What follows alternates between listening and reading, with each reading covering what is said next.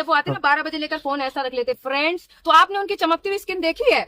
भारत देश नहीं चमक रहा, उससे ज्यादा पीएम मोदी का चेहरा चमक रहा है। कहते थे हमारी सरकार में इस्तीफे नहीं होते हैं, जो गुरूर और एटीट्यूड इनके अंदर था, इनका 56 इंच का जो सीना था वो देश के गुरु ये बने हैं। विदेशों में जाके जहाँ ये नाचते थे ना, बस उन्होंने वही काम किया, नाच नाच कर भारत देश का नाम इन्होंने मिट्टी में मतलब तड़ी पाल रहा, जिनका एकदम चौड़ा था कि हम गुंडैती करेंगे, देश की जनता मेरा क्या उखाड़ लेगी, और वही देश की शिक्षित जनता जब सड़कों पर उतर रही तो कब रही है। बॉडी के नेता देश की जनता को बताएंगे कि हमारा जिस घर से कैसे संस्कार है हमारे, क्योंकि शिक्षा को बचाने के लिए विपक्ष पार्टी के साथ साथ देश की जनता का सबका हक है कि शिक्षा एक सबसे महत्वपूर्ण एक जीवन काल के लिए महत्वपूर्ण चीज है शिक्षा, और शिक्षा को बचाने के लिए अगर सड़कों पर उतर रही विपक्ष पार्टी या अन्य जनता तो ये बहुत ही अच्छी बात है। धर्मेंद्र प्रधान तो इस्तीफा दे दिया, अब क्यों मांग रहे इस्तीफा अमित शाह? सर देखिए, जब धर्मेंद्र प्रधान जी का जब इस्तीफा लेने के लिए हम लोगों ने जंतर मंतर प्रोटेस्ट किया था तो 20 जुलाई 2026 को लाठीचार्ज हुई थी, जिसमें आपने देखा वो कीलें गड़ी हुई थी, आंसू गैस फेंके गए थे, जो एक्सपायरी डेट के थे, महिलाओं के कपड़े फाड़ने से लेकर शरीर रौंदने तक का काम दिल्ली पुलिस ने किया था। और एक राज्य है बिहार राज्य, उसमें AK-47 तक चलवा दी है, तो ये जिम्मेवार इसका कौन है? अमित शाह जी है। तो अमित शाह जी का इस्तीफा लेने के लिए दोबारा हम लोग सड़कों पर आए हैं, और जब तक अमित शाह तड़ीपाल का इस्तीफा नहीं हो जाता है देश की जनता अब घर नहीं बैठेगी। लेकिन मोदी जी भी नरम पड़ गए, अब तो नरम सर नहीं पड़ गए, वो डर गए। आपने देखा जब पार्लियामेंट में महिलाओं से सवाल पूछती हैं, देश की जनता के पक्ष में रखकर सवाल पूछती हैं, तो पीछे वाले गेट से पार्लियामेंट से निकल जाते हैं। और जब 20 जुलाई 2026 को हम लोगों को पार्लियामेंट जब जाना था, पद यात्रा की पैदल यात्रा जब निकाली थी, तो जो पीएम मोदी थे नरेंद्र मोदी पीछे वाले गेट से 2 बजे ही भाग गए थे। तो वो नरम नहीं पड़ रहे हैं सर, वो डर रहे हैं। देश की जनता वो ताकत है। छात्रों को नरमी दिखा रहे हैं, बोल रहे हैं कि अब FIR नहीं होगी।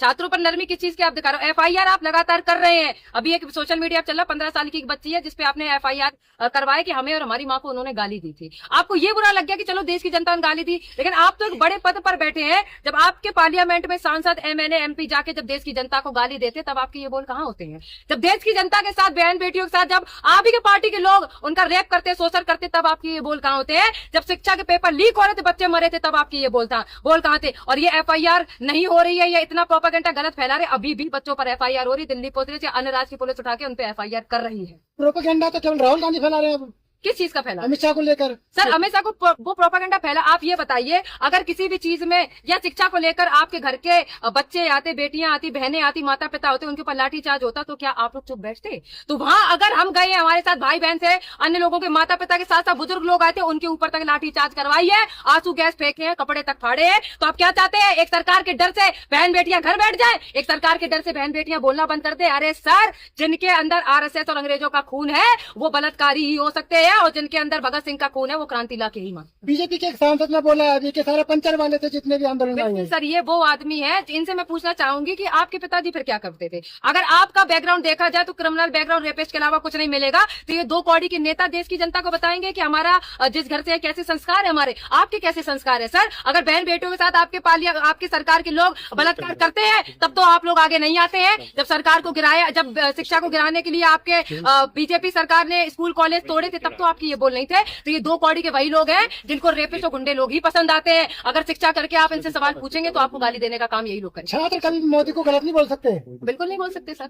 मोदी जी को गलत छात्र क्यों बोलेंगे? अगर छात्र की तरफ से गलतियां हुई है तो शुरुआत आपके नेता ने किया था। एक चाय बेचने वाले ने देश बेच दिया, एक तड़ीपाल ने बच्चों के ऊपर गोली चलवा दी, और एक सांसद है कंगना राणावत, उनने गाली दी, और ये अभी आपने एक नितेश, रमेश, मुकेश, जो भी नाम है उनका नाम लिया, वो हम लोग गाली दे रहा है। तो देश की जनता आपकी गाली खाने के लिए बैठी है? हम लोग शिक्षित लोग हैं और हम लोग आपके जैसे गंदे लोग नहीं है। आपकी नस्लों में गंदा खून हो सकता है, लेकिन देश की जनता पढ़ी लिखी है, वो बिना लाठीचार्ज के आपके शब्दों से आपकी बीजेपी सरकार गिराने का काम करती है। केवल राजनीतिक एजेंडा चला रहे राहुल गांधी, बिल्कुल नहीं सर। अच्छा ये बताइए, जब देश की बहन बेटियों के साथ शोषण होता है, या शिक्षा एक सबसे बड़ा मुद्दा है, शिक्षा से लेकर अगर कोई विपक्ष पार्टी का आगे आ रहा है, वो पढ़े लिखे लोग हैं। राहुल गांधी जी टॉप यूनिवर्सिटी से पढ़े, जहां ये बीजेपी सरकार का वहां पोछा लगाने के लिए भी नौकरी नहीं मिलेगी सर। इस स्कूल से वो लेक्चरार देने जाते, प्रोफेसर लेक्चरार बने, उन्होंने स्कूल कॉलेज से पढ़ाई की है। अगर विपक्ष पार्टी शिक्षा को बचाने के लिए सड़कों पर उतर रहा है और ये उनको गालियों देने से प्रस्तुति करते हैं, तो हम लोग गाली खाने के लिए तैयार हैं। मतलब राहुल गांधी के साथ है? बिल्कुल, हम राहुल गांधी के साथ, हम नहीं मोदी विरोधी लोग हैं। नहीं, मोदी विरोधी नहीं है, सिस्टम विरोधी लोग हैं हम लोग। अगर सरकार किसी की होती,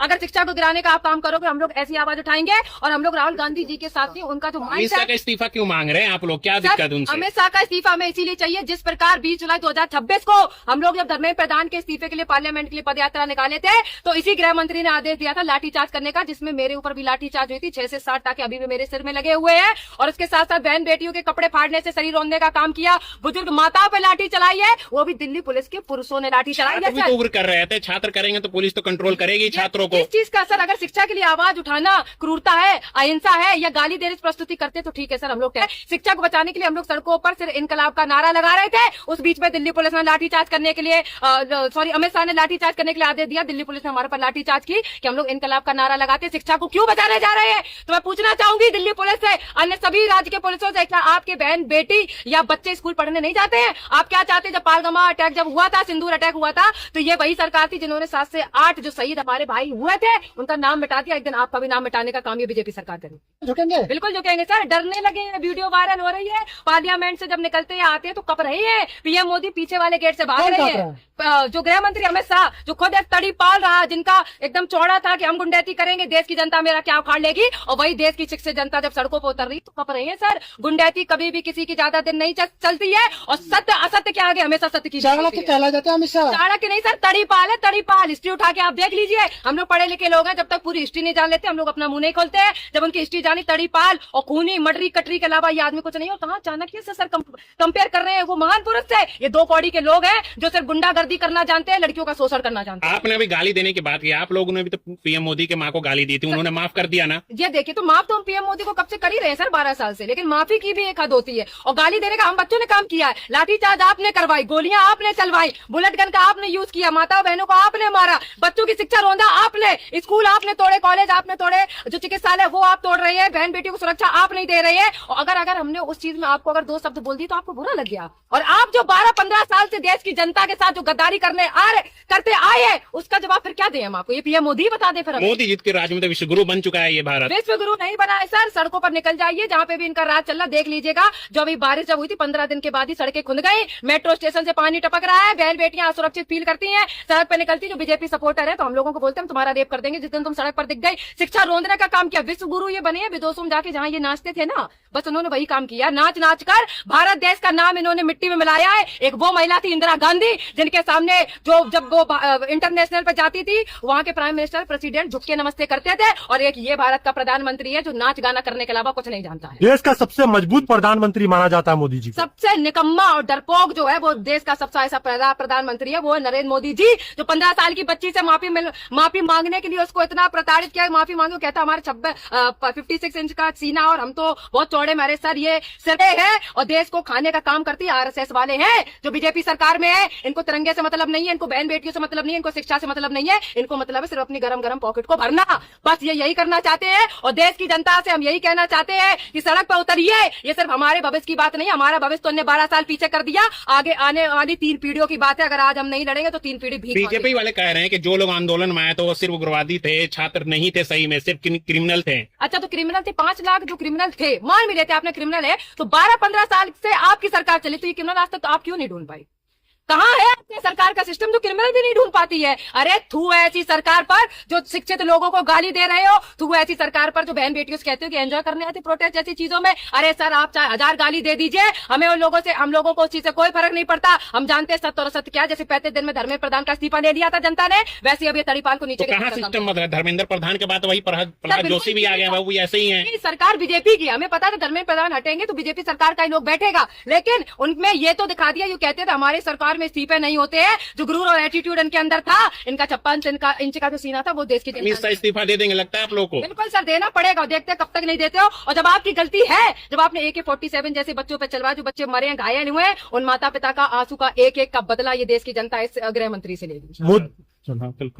मोदी जी इंस्टाग्राम पे आकर के जनजी की बात करते हैं, माफ करते हैं, फ्रेंड्स बनाते हैं। संसद भवन में बीजेपी के लोग जनजी को लेकर के बात करते हैं, फिर भी आप लोग विरोध कर रहे हैं। देखिए बता, जब वो आते ना 12 बजे लेकर फोन ऐसा रख लेते फ्रेंड्स, तो आपने उनकी चमकती हुई स्किन देखी है? भारत देश नहीं चमक रहा, उससे ज्यादा पीएम मोदी का चेहरा चमक रहा है। तो देश की जनता पूछना चाहती, जहां भुखमरी है, जहां शिक्षा नहीं है, जहां नौकरियां नहीं है, उस देश का प्रधानमंत्री इतना खुशहाल कैसे रह सकता है? और दूसरी बात, इन्होंने फ्रेंड्स बोलकर सम्मानित किया, आप ये कहना चाह रहे हैं, और इन्हीं के लोग पार्लियामेंट में आके हम लोगों को गालियां देते, तो कैसे दोगले लोग हैं ये बीजेपी में? आप ये प्रोपेगेंडा फैलाना बंद करिए। देश की जनता आपका काला सच जान चुकी है और एक एक करके सबका इस्तीफा लेने का काम ये देश की जनता करेगी।